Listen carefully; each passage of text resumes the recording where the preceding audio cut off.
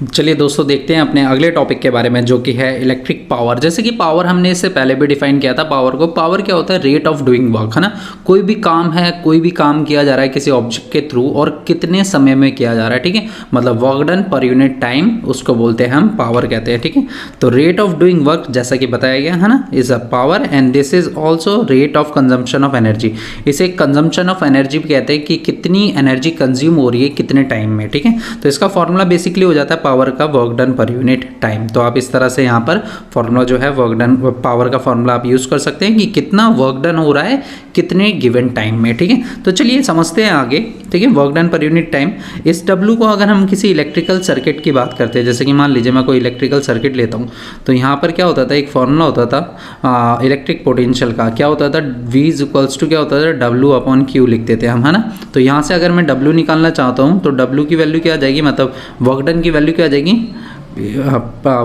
Potential into charge, है ना। तो यहाँ पर भी वर्क डन को हम रिप्लेस करने वाले हैं किससे, वर्क डन को रिप्लेस कर दीजिए किससे, V इंटू क्यू, ठीक है, VQ। तो यहाँ पर पोटेंशियल इंटू चार्ज क्या होता है, हमारा वर्क डन होता है। तो यहाँ पर हमने W की जगह यहाँ पर हमने VQ यूज़ कर लिया।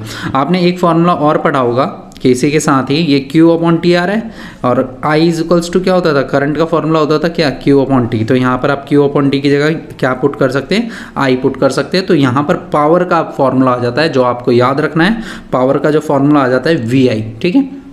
तो इस तरह से जो है पावर का फॉर्मूला बनता है, ठीक है। इसको ही इलेक्ट्रिकल पावर कहा जाता है। क्या बोलते हैं हम इसे, इलेक्ट्रिकल पावर, ठीक है, इलेक्ट्रिकल पावर कहते हैं इसको। आप फॉर्मूले को कुछ इस तरह से भी लिख सकते हैं। अगर मैं इस V की जगह IR पुट कर देता हूँ, V की जगह V is equals to IR होता है ओम्स लॉ की वजह से।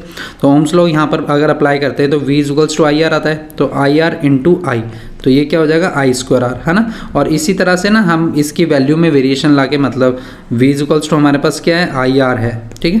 अगर हम R की V is equals to IR, अगर हम R की वैल्यू यहाँ पर पुट कर दें, R की वैल्यू क्या पुट कर दें हम, V/I, तो हमारे पास फॉर्मूला देखिए क्या बन जाएगा, तब ये फॉर्मूला बन जाएगा V²/R, ठीक है। तो अलग अलग यहाँ पर ओम्स लॉ का अप्लाई करके आप ये फॉर्मूलेज बना सकते हैं। बेसिकली वैसे आपको ना ये वाला फॉर्मूला याद रखना है, ठीक है, खाली power is equals to VI, ठीक है। अगर आप इलेक्ट्रिकल पावर की बात करें तो वहाँ पर पोटेंशियल और करंट, पोटेंशियल और करंट को आप मल्टीप्लाई करेंगे तो आपके पास पावर आ जाएगा कि कितना पावर है, ठीक है। बस इसका फॉर्मूला याद रखिए, power is equals to VI। ऐसा यूनिट देखिए निकालने के लिए हमें फॉर्मूला पता होना जरूरी है। ऐसा यूनिट क्या होता है पावर का, देखिए पावर का ऐसा यूनिट निकालने के लिए पहले हमें इलेक्ट्रिक पोटेंशियल का यूनिट निकालना होगा।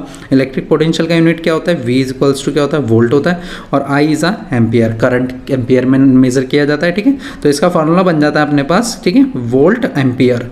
और वोल्ट एम्पियर को ही एक टर्म बोला जाता है क्या, वॉट कहते हैं, ठीक है। तो इसका जो ऐसा यूनिट है वो पावर का, वो क्या है, वॉट है। आपने सुना भी होगा ना, अलग अलग अप्लायंसेज आते हैं घरों में, वो अलग अलग वॉट के रहते हैं। जैसे LED बल्ब देखे होंगे आपने, ठीक है, ये 8 से लेकर 30 वॉट के बीच में, ये थोड़ा वेरी कर सकता है, ठीक है, थोड़ी वैल्यूज़ अलग हो सकती हैं, लेकिन बेसिकली अगर देखा जाए नॉर्मली इतना ही जो है पावर रहता है LED बल्ब का, 8 से 30 वॉट का रहता है। अगर CFL की बात करें, CFL एक ट्यूबलाइट भी आती है और CFL बल्ब भी आता था पहले, ठीक है, जो 15 से 60 वॉट के बीच में रहता है, ठीक है। फिलामेंट बल्ब की बात करें तो ये 80 से 200 के वॉट के बीच में रहता है, ठीक है। तो ये अलग अलग पावर रेटिंग के हिसाब से अलग अलग यहाँ पर हमारे ये डिवाइसेस हैं, इलेक्ट्रिकल अप्लायंसेस हैं। इसमें देखिए एक बात बताइए, LED की अगर बात करें, LED 8 वॉट से शुरू होती है, लेकिन अगर हम बात करें फिलामेंट बल्ब की तो ये 80 वॉट का होता है। तो देखिए डिफरेंस कितना है दोनों में, है ना। एक LED बल्ब था जो कि 8 वॉट का है, एक फिलामेंट बल्ब है जो 80 वॉट का है, मतलब 10 गुना का डिफरेंस आ गया, है ना। ये 10 गुना ज़्यादा पावर यूज़ करेगा, मतलब इसमें वर्क डन ज़्यादा करना पड़ेगा। देखा भी होगा आपने, ये बल्ब हीट होने लग जाता है ना, ज़्यादातर एनर्जी इसकी किस में चली जाती है, हीट में चली जाती है, लेकिन ये इतना हीटअप नहीं होते LED बल्ब, ठीक है। तो यहाँ पर ज़्यादा एनर्जी का यूज़ होता है। तो ये अब रिप्लेस कर दिए गए हैं, अब तो बहुत ही कम ये इस्तेमाल किया जाता है ये वाला बल्ब, क्योंकि ये पावर कंजम्पशन ज़्यादा होता है। सस्ता आता है, बेशक ये सस्ता बल्ब आता है, 10 रुपये का आ जाता है मात्र, लेकिन इसमें पावर कंजम्पशन जो है वो बहुत ज़्यादा रहता है, बिजली बिल भी इससे बहुत ज़्यादा आता है, ठीक है। तो चलिए देखते हैं कुछ और भी डिवाइस हैं। जैसे ये मोटर देखी होगी आपने, 1 हॉर्स पावर की है। इसको मोटर को ना हॉर्स पावर में नापा जाता है। 1 हॉर्स पावर कितने वॉट के इक्वल होता है, 746 वॉट के इक्वल होता है। अगर ये 2 हॉर्स पावर होता तो कितना हो जाता, 1500 वॉट के आसपास हो जाता। तो मोटर का हिसाब अलग है, इसको हॉर्स पावर में नापा जाता है। काफ़ी ज़्यादा वॉट के रहते हैं। यहाँ देखिए एक LED बल्ब 8 वॉट का है, वहाँ पर एक मोटर 1 हॉर्स पावर की 746 वॉट की होती है, ठीक है। हमारे घरों में ये सबके घरों में रहती है, जो कि क्या करती है, पानी को पंप कर टैंक तक पहुंचाती है, ठीक है। और ये देखिए यहाँ पर क्या है कि एसी का, अगर 1 टन का एसी की बात करते हैं तो ये तकरीबन 1000 वाट का जो है एसी आता है, ठीक है। 1.5 टन की बात करते हैं तो आपने टन सुना होगा ना, एसी का टन के हिसाब से ये मेज़र किया जाता है, तो 1000 वाट का आसपास 1 टन का एसी रहता है। और 1.5 टन की अगर बात करते हैं तो वो 1500 वाट तक चला जाता है। अगर मैं 2 टन की बात करूँगा तो वो कितना हो जाएगा वो 2000 के आसपास हो जाएगा ना, 2000 वाट। तो ये अलग अलग पावर रेटिंग है, तो इस तरह से आप किसी भी डिवाइस की मतलब पावर निकाल सकते हैं। बेसिकली ना आपको ये याद रखना है, पावर का फॉर्मूला क्या रहता है, power is equals to VI use करते हैं हम, ठीक है। तो चलिए देखते हैं, एक बार क्वेश्चन पूछा जाता है, कई बार ना एग्जाम में ये चीज़ पूछी जाती है कि डिफाइन 1 वॉट। 1 वॉट को डिफाइन करिए, 1 वॉट कितना होता है।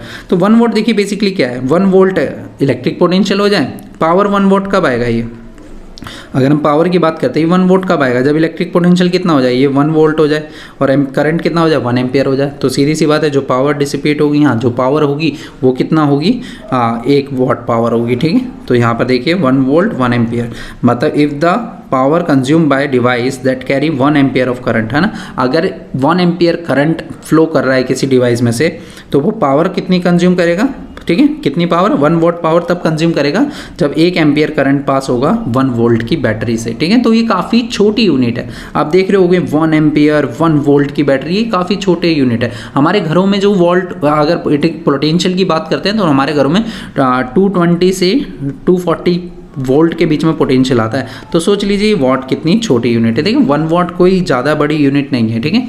तो कमर्शियली अगर हम बात करें, the unit watt is very small, therefore in actual practices we use much larger unit called kilo watt. हम ना बेसिकली किलो वॉट यूज़ करते हैं, कमर्शियली किलो वॉट का ही इस्तेमाल किया जाता है, क्योंकि देखिए आपने मीटर में भी देखा होगा, घर के बाहर आपके जो मीटर लगे रहते हैं उसमें किलो वॉट आवर्स लिखा रहता है, टाइम किस में रहता है, आवर्स में रहता है, और पावर किस में, यहाँ पर पावर जो रहती है हमेशा किलो वॉट में यूज़ की जाती है, किलोवाट आवर, ठीक है। इस तरह का आपने इलेक्ट्रिसिटी बिल भी देखा होगा, बिल के अंदर भी आप देखते होंगे यहाँ पर यूनिट्स लिखे हुए आते हैं ना, इलेक्ट्रिकल पावर अलग अलग यूनिट्स के अलग अलग यहाँ पर किलोवाट आवर कहा जाता है। और 1 किलोवाट आवर ही किसके इक्वल होता है, यहाँ पर ये देख रहे हैं वो यूनिट लिखा है ना, एक वर्ड है यूनिट, और 1 यूनिट ही 1 किलोवाट आवर के इक्वल होता है। The commercial unit of the electrical energy is kilowatt, है ना। तो कमर्शियल यूनिट इसका क्या हो जाता है, किलोवाट आवर, और इसको आप 1 यूनिट भी कह सकते हैं, मतलब 1 kilowatt hour is equals to 1 unit, समझ में आया, ठीक है। तो 1 किलोवाट आवर हमेशा किसके इक्वल होगा, 1 यूनिट के इक्वल यहाँ पर देखा जाता है। 1 किलोवाट आवर की अगर हम बात करते हैं तो देखो इसको जूल में कन्वर्ट करने के लिए हम क्या करेंगे, वो किलो का वर्ड का मतलब होता है, किलो जहाँ भी वर्ड आता है ना वहाँ पर 1000 से आप मल्टीप्लाई करके किलो हटा सकते हैं, तो 1000 हट जाएगा, के वर्ड हटा के किलो का वर्ड हटा के बचा जाएगा 1000 वाट, है ना। किलो वाट को वाट में चेंज करने के लिए 1000 से मल्टीप्लाई करेंगे, ठीक है। और यहाँ पर टाइम किस में, आवर्स में, तो टाइम आवर्स में सेकेंड में चेंज करने के लिए क्या करेंगे, 60, है ना, 60 इंटू 60, ठीक है। 1 घंटे में कितने सेकंड होंगे, 60 इंटू 60 सेकेंड, जो कि आ जाएगा कितना, 3600, ठीक है। तो इस तरह से आप पावर कैलकुलेट कर सकते हैं, जो कि आता है 3.6 इंटू 10⁻⁶ जूल। ये काफ़ी छोटी यूनिट कही जाती है, मतलब 1 किलोवाट आवर देखिए कितनी जूल एनर्जी है इसमें, है ना। तो चलिए समझते हैं आगे, कुछ अप्लायंसेस देख के इन चीज़ों को समझते हैं कि किस तरह से जो बिजली बिल होता है हमारे घरों का जो आता है, ठीक है। आप यहाँ पर मान लीजिए आपने एक LED बल्ब लिया हुआ है, इस LED बल्ब का जैसे कि मान लीजिए पावर कितना है, 8 वाट इसका पावर है, ठीक है। हाँ, और ये मान लीजिए कितने घंटे तक चला जाता है हमारे घर में, ये तकरीबन 12 घंटे तक हम इसको यूज़ करते हैं, ठीक है। तो समझना है, और पर यूनिट चार्ज जो हमारे यहाँ पर है, मान लीजिए 4 रुपये है, 1 यूनिट का 4 रुपये चार्ज होता है, तो 1 महीने में इससे कितना बिल जनरेट होगा, हम 30 डेज़ का निकालेंगे, 30 डेज़ में कितना बिल आ सकता है, ठीक है। आपको ना बस ये सब चीज़ें पता होनी चाहिए कि आपको पावर कितना है बल्ब का, ठीक है। जो भी अप्लायंस है, कोई भी अप्लायंस हो, जैसे कि अभी एसी की भी बात करेंगे, तो यहाँ पर पावर पता होना चाहिए, दूसरा हमें उसमें टाइम पता होना चाहिए, कितने टाइम तक उसको हम यूज़ में लाते हैं, और दूसरा पर यूनिट चार्ज पता होना चाहिए। तो देखिए वर्क डन कितना करना पड़ेगा इसको, वर्क डन का अभी हमने फॉर्मूला पढ़ा था, वो क्या होता है, पावर इनटू टाइम। आपको एक बात का यहाँ पर खास ध्यान देना है, ये फॉर्मूले में ना पावर हमेशा ना किस में होना चाहिए, किलोवाट में होना चाहिए, और टाइम हमेशा आवर्स में होना चाहिए, ठीक है। ये चीज़ आपको ध्यान रखनी है, टाइम हमेशा आवर्स में और पावर किलोवाट में। यहाँ पर पावर किस में दिया हुआ है, वॉट में, तो वॉट को किस में चेंज करना पड़ेगा हमें, किलोवाट में। तो किलोवाट में चेंज करने के लिए इसको किससे डिवाइड कर दीजिए, 1000 से डिवाइड कर दीजिए, तो ये वॉट किस में चेंज हो जाएगा, किलोवाट में, ठीक है। अब चलिए फॉर्मूला अप्लाई करते हैं, तो W is equals to power कितना हो गया, 8/1000, ठीक है, इंटू कितने टाइम तक इसको यूज़ किया जाता है, कितने आवर्स तक, 12 आवर्स तक। तो 12 से इसको मल्टीप्लाई कर देंगे। 12 8 जा कितना आ जाएगा अपने पास, 96 आ जाएगा। 12 8 जा 9, ठीक है, अपॉन डिवाइडेड बाय 1000 से जब इसको डिवाइड करेंगे तो कितना वर्क डन आ जाएगा अपने पास। देखिए अगर 1000 से हम इसको डिवाइड करते हैं तो वर्क डन आ जाएगा 0.096, ठीक है। इतना वर्क डन जो है इसको करना पड़ेगा, इतना किलोवाट आवर। और ये कितने अगर बात करें हम कितने दिन तक, एक महीने में कितने दिन तक चलता है ये, तो टोटल एनर्जी कितनी यूज़ हो जाएगी यहाँ पर, टोटल एनर्जी फॉर 30 डेज, 30 दिन में कितनी एनर्जी। ये तो बात हुई एक दिन की एनर्जी है ना, इसको आप यूनिट भी लिख सकते हैं। एक दिन में इतना बिल आएगा, मतलब 12 घंटे एक दिन चलाया जाएगा तो इतना, मतलब इतना यूनिट खर्च हो जाएगी बिजली। लेकिन अगर बात करते हैं हम 30 डेज़ की, तो 30 से इसको हम मल्टीप्लाई कर सकते हैं। तो 30 से इसको मल्टीप्लाई करेंगे तो देखिए कितना आ जाएगा अपने पास, 3 6 18, ठीक है, 3 6 18 मल्टीप्लाई करिए, और 3 9 27 प्लस 1 28, ठीक है। तो ये आ गया अपने पास 2.88 कुछ, ठीक है, 2.88 समथिंग आ जाएगा। तो इतने यूनिट इलेक्ट्रिसिटी जो खर्च होगी एक महीने में होगी, ठीक है, इस इलेक्ट्रिक बल्ब से, ठीक है, एलईडी बल्ब से। और अगर इसको यूनिट को हम रुपीज़ में चेंज करना चाहते हैं, टोटल हम वो निकालना चाहते हैं कि टोटल कितनी कॉस्ट लगेगी, तो टोटल इलेक्ट्रिसिटी कॉस्ट क्या रहेगा, टोटल इलेक्ट्रिसिटी कॉस्ट, इसी को मल्टीप्लाई कर दीजिए, कितने रुपए यूनिट है यहाँ पर, यूनिट एक यूनिट के 4 रुपये लगते हैं। तो 4 रुपये के हिसाब से ये कितने यूनिट हो जाएगा, 2.88। इसको मल्टीप्लाई करेंगे तो आप यहाँ पर, अच्छा 4 8 जा 32, 4 8 जा 32 प्लस 3 35, 4 2 जा 8 प्लस 3 11, तो 11 रुपये 52 पैसे के आसपास जो है वो टोटल इलेक्ट्रिसिटी बिल आएगा इस बल्ब का, ठीक है, इस एलईडी बल्ब का। देखिए सिंपली अगर आप रिकैप देखना चाहते हैं तो देखिए यहाँ पर पावर निकाला, पावर को अपने खास ध्यान रखना है, पावर किलोवाट में होना चाहिए और टाइम किस में होना चाहिए, आवर्स में। फॉर्मूला आपके पास ये, work done power into time. Power को हमने किलोवाट में चेंज करा था, टाइम को आवर्स में पहले से ही गिवन था, दोनों को मल्टीप्लाई करा तो ये अपने पास आया 0.96, ये किलोवाट आवर आया। किलोवाट आवर को ही क्या बोला जाता है, यूनिट बोला जाता है। एक unit 1 kilowatt hour is equals to 1 unit. तो एक यूनिट यहाँ पर इतना यूनिट बिजली जो है खर्च होती है एक दिन में। 30 दिन में कितनी खर्च होगी, 30 से मल्टीप्लाई कर दिया तो 2.88 आ गया, ठीक है। और टोटल कॉस्ट निकालनी है तो एक महीने में इतने यूनिट बिजली खर्च हो रही है, ठीक है, एक महीने में।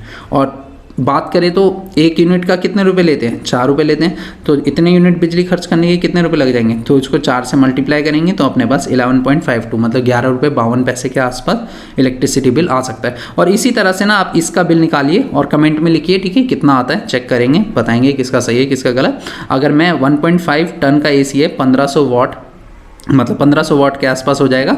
और 1500 वाट के एसी को आप टाइम वगैरह सब कुछ यही लेंगे, ठीक है। इसको भी मान लीजिए टाइम कितनी देर तक चला जाता है, 12 आवर्स तक इसको यूज़ किया जाता है, ठीक है। 12 आवर्स में ये कितना मतलब इलेक्ट्रिसिटी कंजम्पशन करेगा और 4 रुपये यूनिट के हिसाब से कितना बिल आएगा इस एसी का, आप कैलकुलेट करके इसको कमेंट में बता सकते हैं।